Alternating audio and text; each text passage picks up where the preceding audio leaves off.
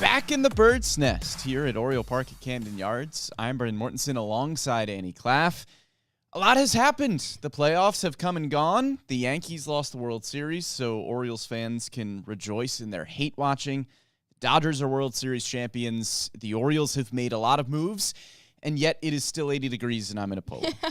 I know. I was putting on my sweatshirt. I was telling Brendan this when we were walking into the warehouse that I was so looking forward to early November weather when I can actually wear my sweatshirt and not be hot when I'm walking to work. Early November weather, and I'm wearing the same thing on this podcast that I was wearing in July.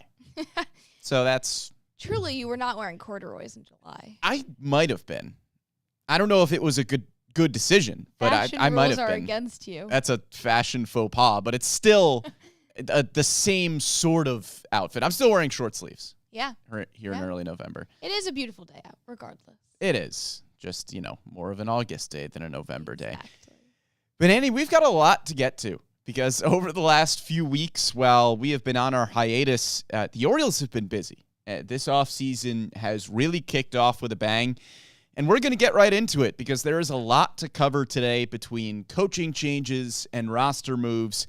We'll start with the coaching changes, and I think the most notable of those changes was one that fans were looking forward to is the wrong way to put it, but maybe looking at as a thing that could be changed going into next season, and that is the changes with the Orioles hitting coaches. Ryan Fuller and Matt Borgschulte had served as the co-hitting coaches for this team for the past few seasons.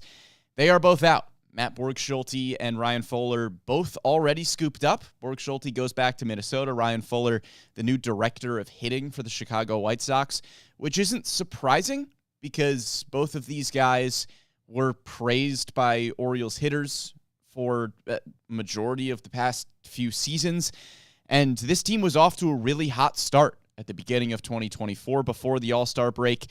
They led baseball in home runs. They were second in baseball in OPS, second in the American League in runs scored, ninth in batting average, first in slugging percentage.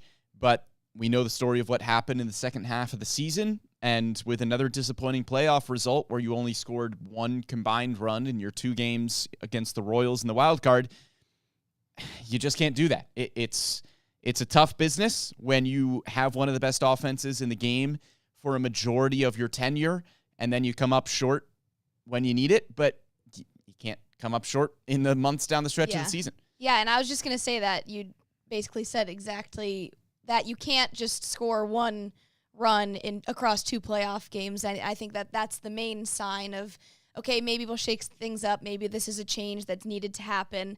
But you're right, it was a second half offensive slump, and you can't totally pinpoint that on Ryan Fuller and Matt Borgschulte, because there are lots of Orioles players who didn't really necessarily have that postseason experience, and that is a huge contributing factor to that offensive slump in October. But again, I think that this is a change that some Orioles fans are going to be looking forward to, and it'll kind of shake things up and bring in some fresh ideas, fresh faces to this organization. That could be a good thing. Yeah, our Rockabacco reporting, hasn't been confirmed yet that Cody Asche might be getting the move up to the Orioles' main hitting coach here. That's someone who hitters have raved about as well. He was working with Orioles hitters throughout last season, not as one of the main hitting coaches. I think his title was just as kind of a hitting coordinator or offensive instructor, strategy coach. Yeah, so he was around. Cody Asche, I believe, was also the one who down the stretch of the season made the change with Jackson Holliday to abandon the big leg kick, which Holliday was hesitant to do, and then went with kind of the toe tap. They were trying to mimic a Shohei Ohtani approach in the box, which typically seems like a good thing. So Cody Asche, it would appear, is set to take on a larger role for the Orioles hitters, but as I mentioned, it's tough. I mean, after the All-Star break even, the Orioles were still 5th in home runs, 11th in OPS, 5th in runs scored, 5th in walks, 9th in on-base percentage, 10th in slugging. So it wasn't like the offense went from elite to horrible. They went from elite to just kind of middle of the road. The offense was pretty middle of the pack in runs scored in OPS from July to September. There are some specific things that you can point to at the beginning of the season before the All-Star break when they still were a very good offense. They were 27th in baseball in walks. That became more of a point of emphasis in the second half of the season. They were 5th in baseball in walks in the second half of the year. So even when the offense was humming, there were some things here and there that you could point to. They were still middle of the pack in on-base percentage, but I think at the end of the day, when you're looking at this change, it comes down to a few things. I know the offense was great for much of their tenure in Baltimore, but as I mentioned, you can't fall flat in the playoffs. You can't fall flat from July to September when that team is trying to make a playoff push. I know they ended up with the top wild card spot, but you're going for a division race, right? Like you're trying to be one of the best offenses in baseball, and it is a young, talented team that just can't keep doing that. And you can't have 2 straight seasons of a disappointing result in the playoffs and just have things be status quo going into next year. Yeah, and I mean, you of course can't forget about the injuries that happened with this squad this season, notably Jorge Mateo, Jordan Westberg, Ramon Arias, among others. Ryan Mountcastle, exactly. So there was a lot of change that was happening with this offense throughout the season regardless, especially in the second half.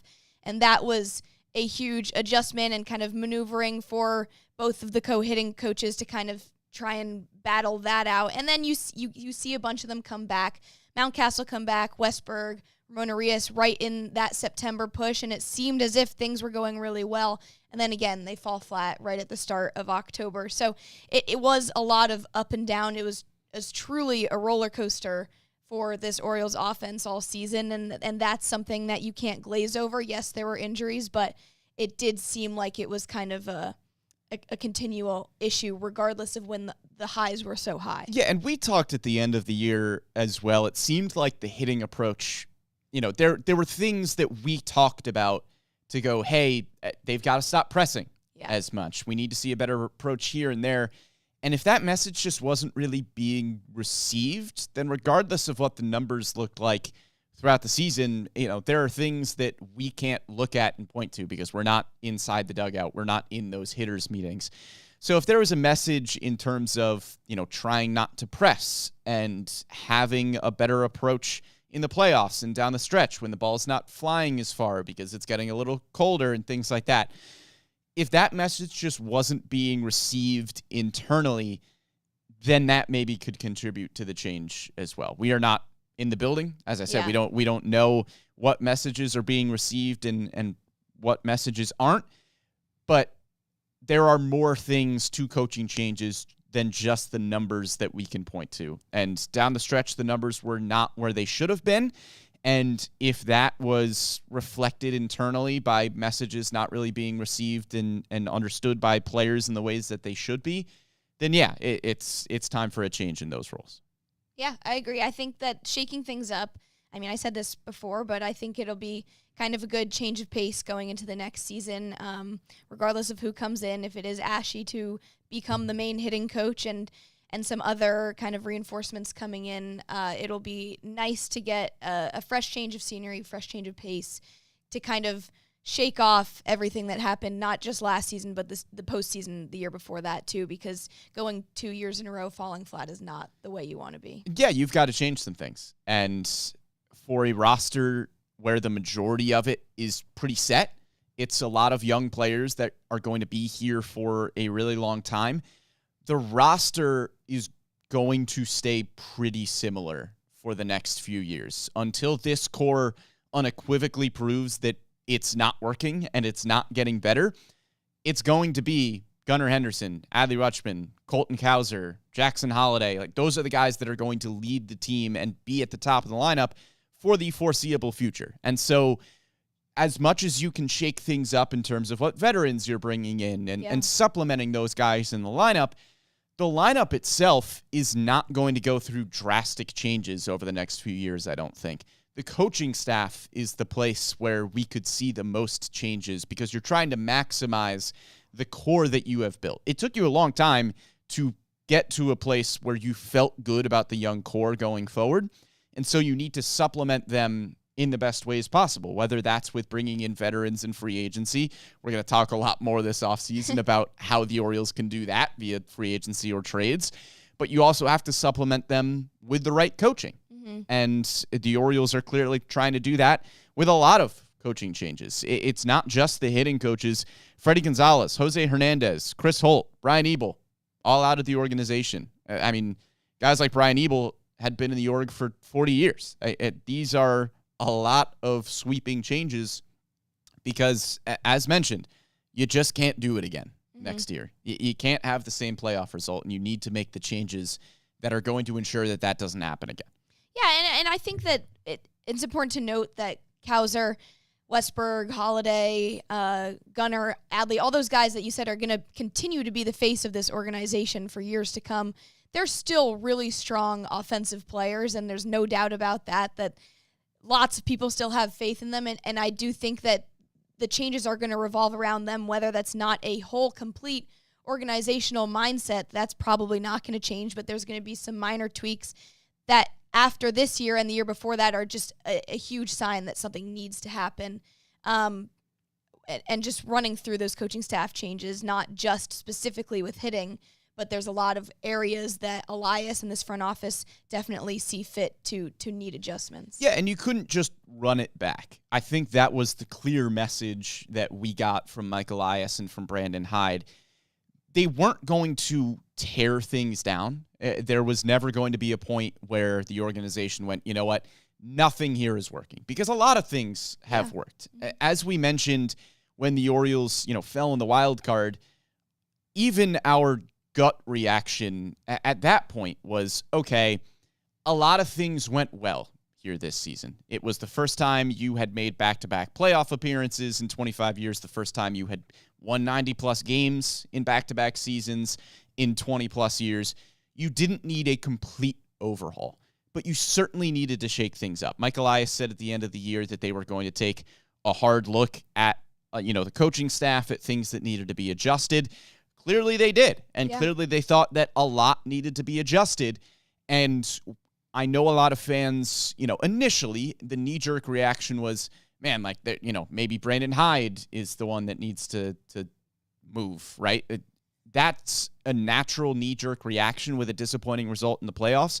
But this kind of change makes more sense, where it's not a complete overhaul of the coaching staff, but you are seeing your two main hitting coaches and Chris Holt, your director of pitching. Those are three very, very significant staff changes here.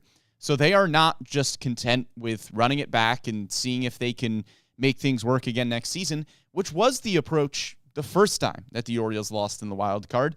Mike Elias and Brandon Hyde only made 2 changes to the coaching staff going into this past season, and now they've made a lot. And the general takeaway is that things needed to change here. I don't know if coaching changes are going to change everything. It needs to be supplemented with changes to the roster as well to put you in the best position to succeed.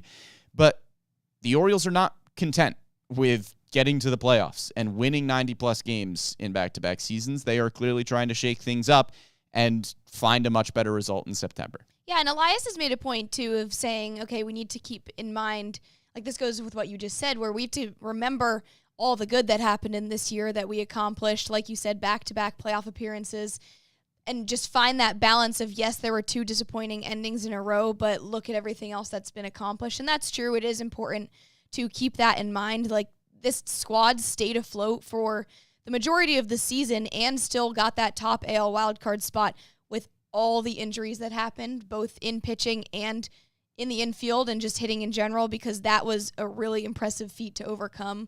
I think at one point in the season, if you had told me that you would lose Jordan Westberg, Ramon Arias, Ryan Mountcastle all at once on top of Grayson Rodriguez and Kyle Bradish, I'd be like, there's no way they're making the playoffs. Yeah, absolutely. There are still a lot of positive things to take from this. And I think the Orioles are in a good spot still. I mean, there are a lot of things that they can do this offseason to supplement the roster.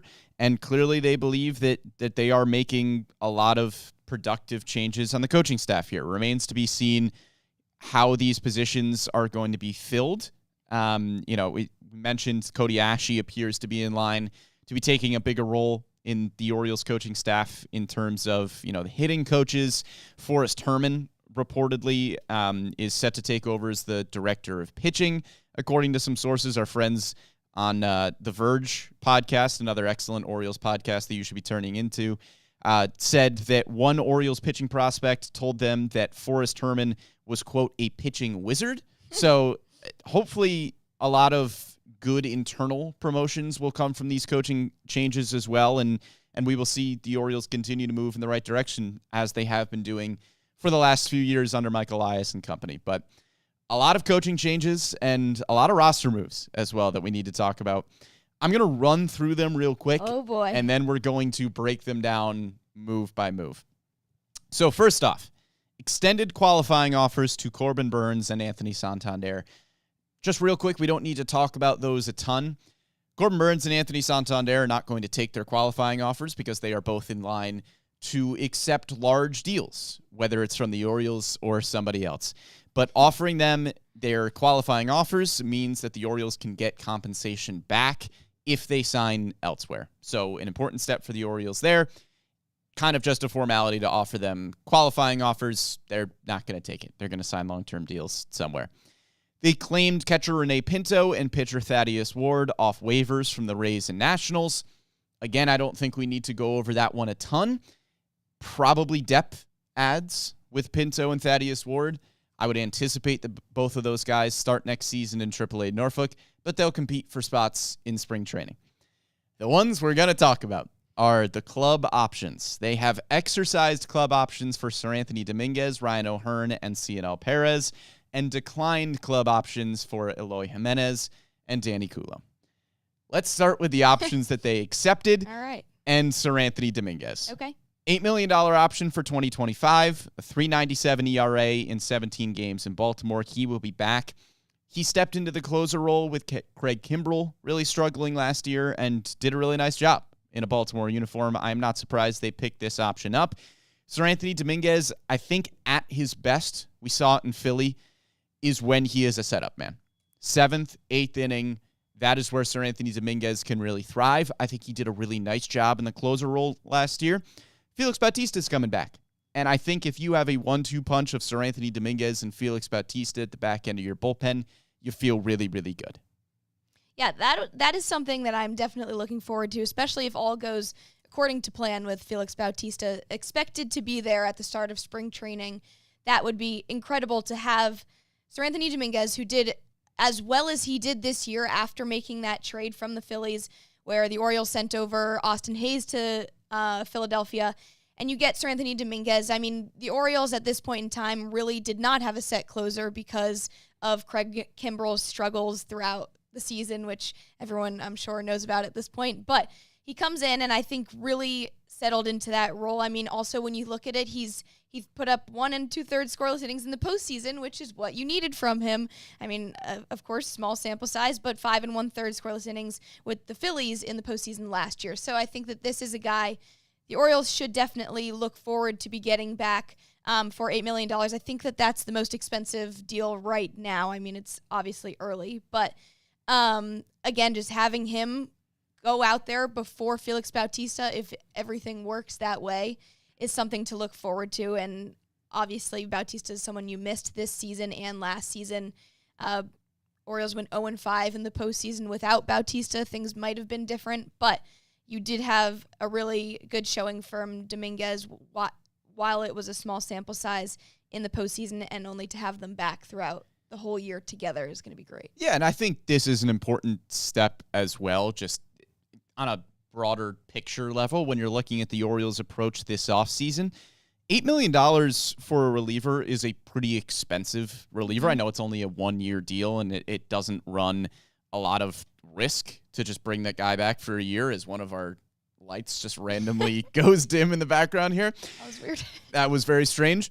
But $8 million is still relatively expensive for a reliever, especially one that's not a closer. And so it's encouraging to see the Orioles make a move like this. True. Where you go, okay, yeah, maybe he's not going to be in the closer role, but this is still a really good arm and one that we want to keep.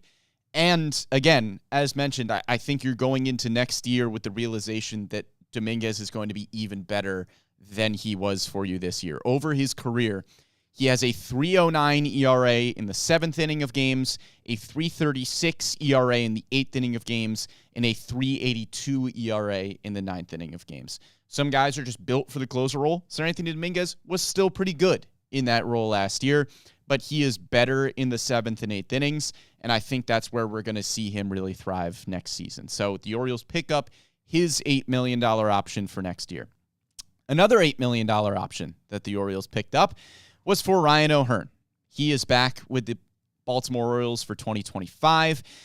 Last year, a 761 OPS. He had to play a lot more because of Ryan Mountcastle's injury. You didn't have the same kind of just purely platoon role for O'Hearn that you had in past seasons where he really, really thrived.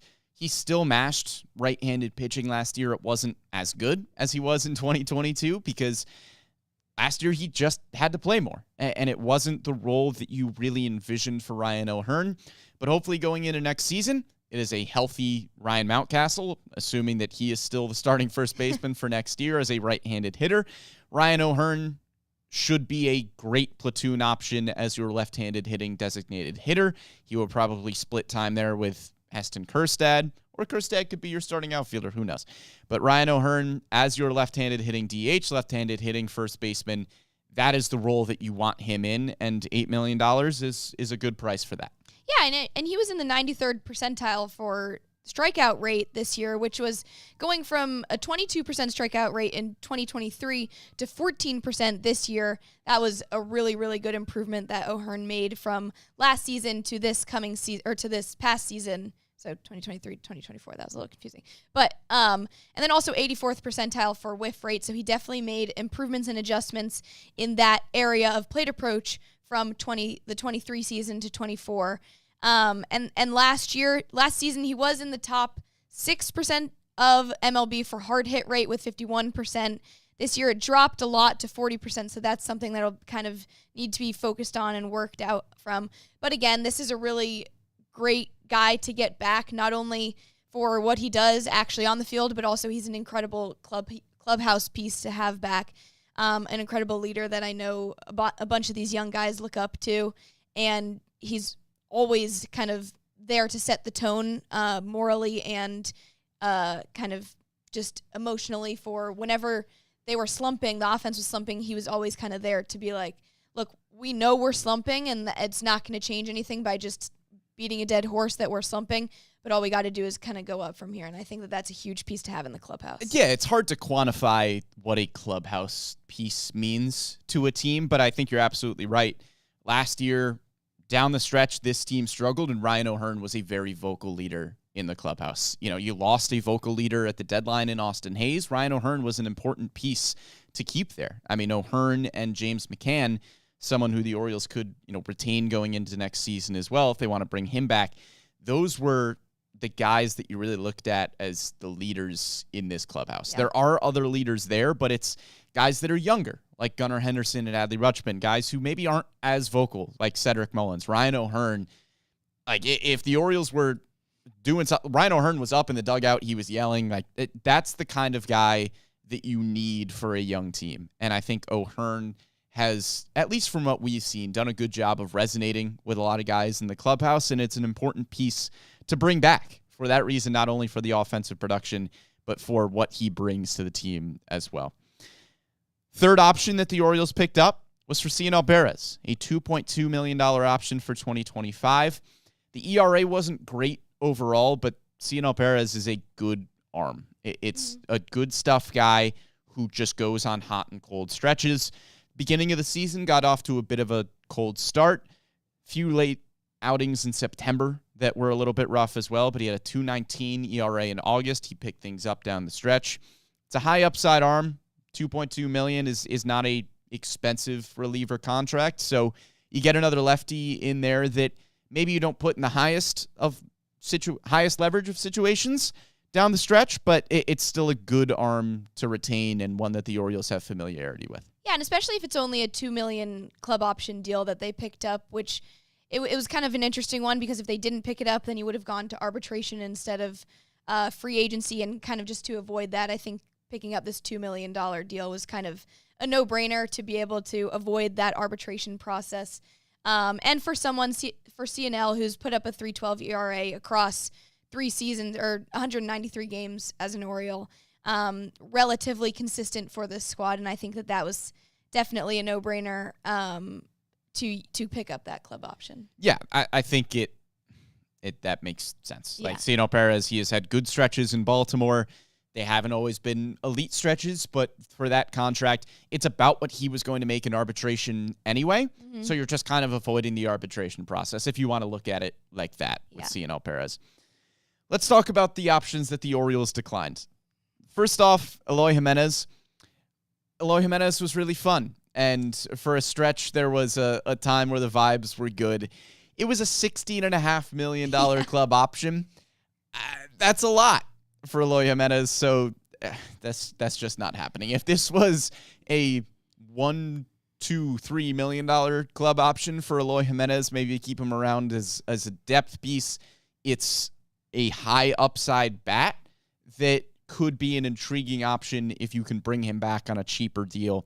$16.5 million is not a cheaper deal. Yeah. So this was just never going to happen. I mean, if it was the 2022 version of Eloy Jimenez when he hit an 858 OPS, 295 batting average, I think then that would make sense for the definitely still a stretch, but $16.5 million would make more sense, sure. Especially for the season when you bring him in, and it was a 232 batting average and 316 slugging percentage in 33 games for the Orioles. That just wasn't really going to cut it for that price. Yeah. And so much injury kind of prevented him from even being an asset defensively. So definitely with that production and that price to pay, it wasn't really going to make sense if the Orioles actually picked that up. Yeah, it just wasn't going to happen. No. At $16.5 million is a lot of money. Yeah. And that wasn't going to go to a guy that is kind of a project at this point with what you can get from him with the bat. Maybe Eloy Jimenez is back in the... I would like to see Eloy Jimenez back in the organization on a much cheaper price. Great guy. Yeah. Overall great He guy. was great in the clubhouse. And again, there is upside in the bat. So if the Orioles made a smaller move for him as a depth piece, maybe a minor league deal, great. All for it. Mm-hmm. Just not for $16.5 million. Agreed. Here's the big one. And the option that the Orioles declined, a $4 million option for Danny Coulombe in 2025. And this surprised a lot of fans, and I understand why. Because Danny Coulombe has been excellent in Baltimore. A 2.56 ERA in 2 seasons. He was one of the best relievers that the Orioles had for the past 2 years. And his return from injury was one of the most anticipated returns that we had. It was a large part of the conversation that we had down the stretch of last season when we were talking about significant injuries and guys that the Orioles would get back at the end of September. Of course, in the lineup, it was Ramon Urias, Jordan Westberg, Ryan Mountcastle. Those were the guys that you were looking at as, wow, this is going to be a different team when those guys come back. And in the bullpen, it was Jacob Webb, and it was Danny Coulombe. And Danny Coulombe was still really good when he came back. He still put up good numbers. However, he is going into his age 35 season, and he is coming off 2 elbow surgeries and a hip surgery over the past few seasons. This screams to me just the organization knowing more than we can possibly know from looking at the guy's numbers. And it reminds me of the situation this past season with Dylan Tate. Dylan Tate was a well-established reliever in Baltimore. You could have made the case a year or two ago that he was one of the best relievers in the Orioles bullpen. And Dylan Tate, unfortunately, goes down with injury, and we were really looking forward to his return in 2024. I had a piece at the beginning of the season talking about Dylan Tate as, kind of an underrated X factor in this Orioles bullpen because he was a well-established reliever that could put up good numbers. And then you go into the season, and whether it was the injury or just performance or whatever, it was not the same Dylan Tate. Gets optioned down to AAA Norfolk, bounces back and forth a little bit, and then ends up getting DFA'd for a higher upside arm that the Orioles just presumed had some more juice. And Dylan Tate gets claimed by Toronto. He's up there for a few games, doesn't pitch all that well. Wish Dylan Tate all the best, and hopefully, things turn around for him. But the Orioles clearly just believed that he was not the same pitcher post-injury. And Danny Coulombe post-injury was not an incredibly large sample size.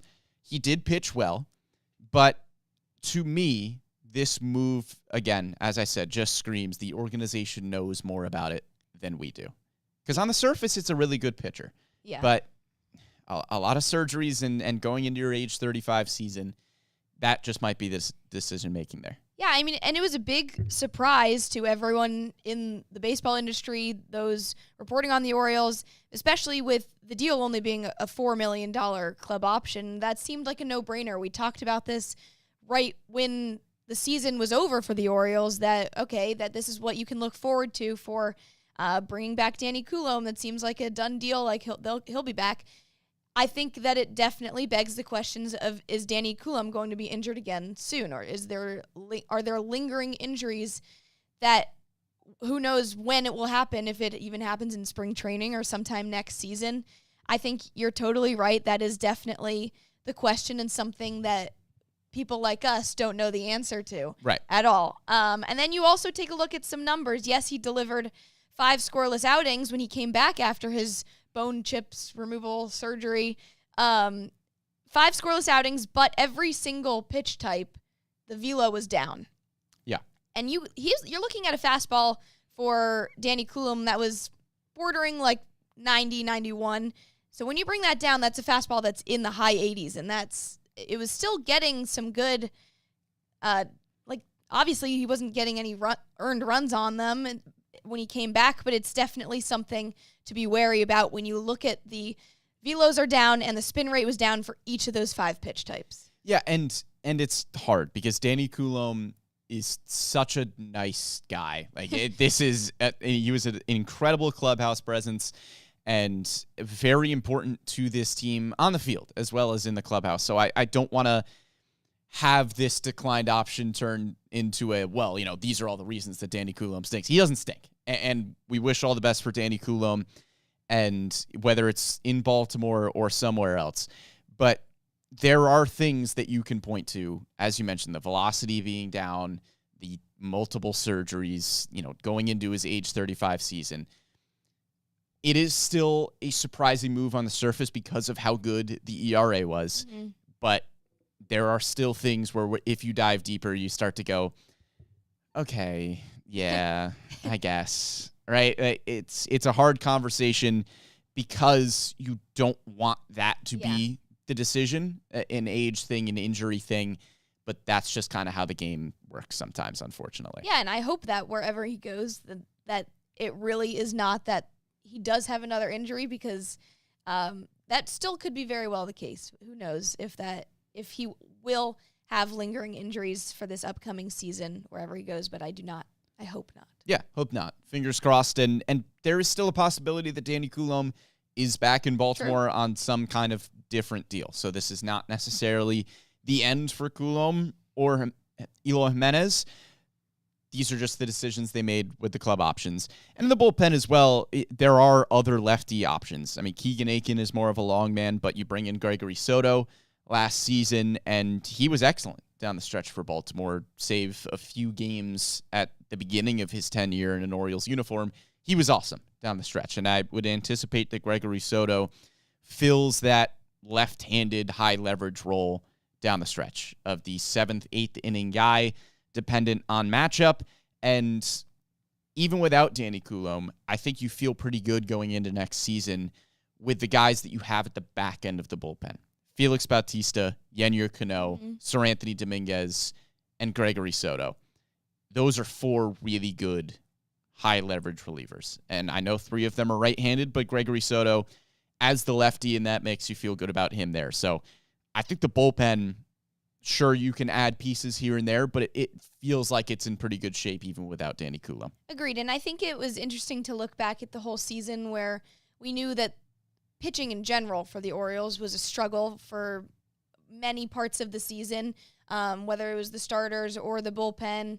definitely had some question marks around them, whether it was because of injuries or just inconsistencies. And I think towards the end that the pitching didn't appear to be the problem in the playoffs. And I think that is a big thing to note, because you hear all the time that, okay, pitching was a huge issue for the Orioles throughout the entire season. That's why they fell short in the playoffs. That's not the case. I think the pitching as a whole, the pitching staff deserves a lot of credit for what they came out from, even without Grayson Rodriguez. I know that that's the starters, but also with kind of inconsistencies with Craig Kimbrell, I think that the bullpen did a really phenomenal job holding their own towards the later parts of the season. Yeah, absolutely. And the Orioles can still add to that bullpen, as mentioned. I don't think there is a glaring need like there was last season, knowing that you didn't have Felix Bautista trying to fill the closer role. You have guys that you feel comfortable with, assuming everybody is healthy. You have guys that you feel comfortable with at the back end of the bullpen. I think you can supplement here and there, but it's not going to be the primary focus for the Orioles. As the offseason is beginning now, we're going to have many more podcasts about what the Orioles need to do, the positions that they need to fill, and things like that. But just in kind of a broad sense here, the offseason is underway. We wouldn't anticipate a ton of big deals happening yet, because that's just not typically how these things go with the baseball offseason. But who knows?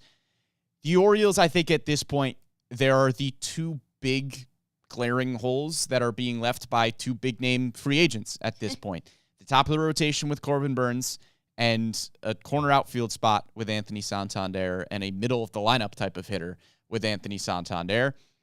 If you don't bring those two guys back, those are the needs. You need a front-of-the-line starting pitcher, and you need an outfielder and a middle-of-the-lineup type of bat.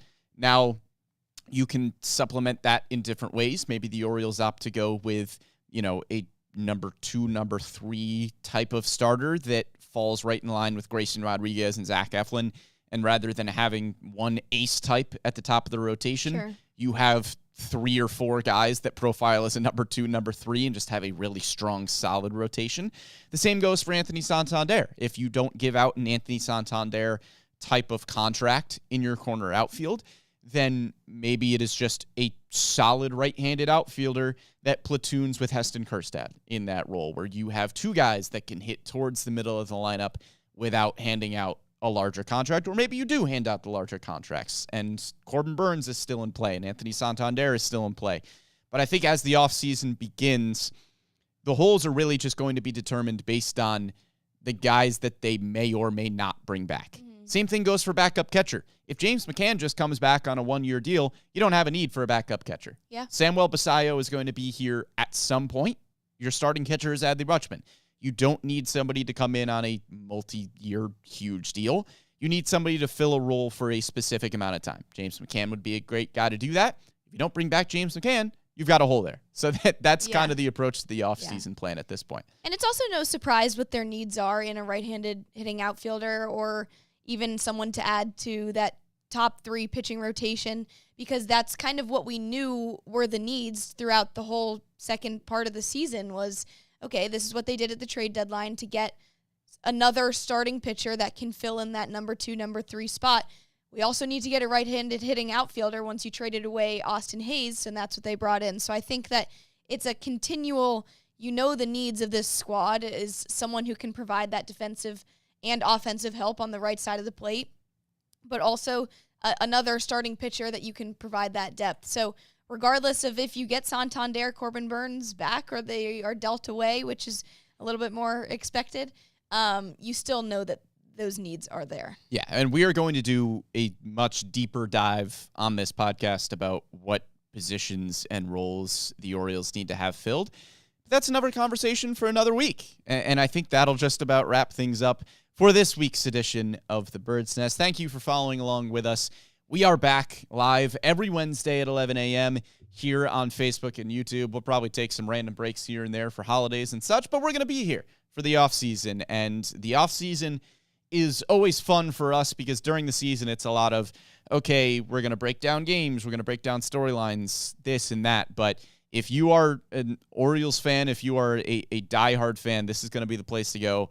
for a deep dive into analysis because we have the time to do it. It's the offseason now. Hooray. So we're going to get into all that stuff. If you didn't follow along with us live on YouTube and Facebook, you can catch us after the fact on Spotify, SoundCloud, Apple Podcasts, Google Podcasts, wherever you get your podcasts or your digital shows. You can find us here on the Bird's Nest. A big thank you to Amy Jennings behind the scenes for producing this one.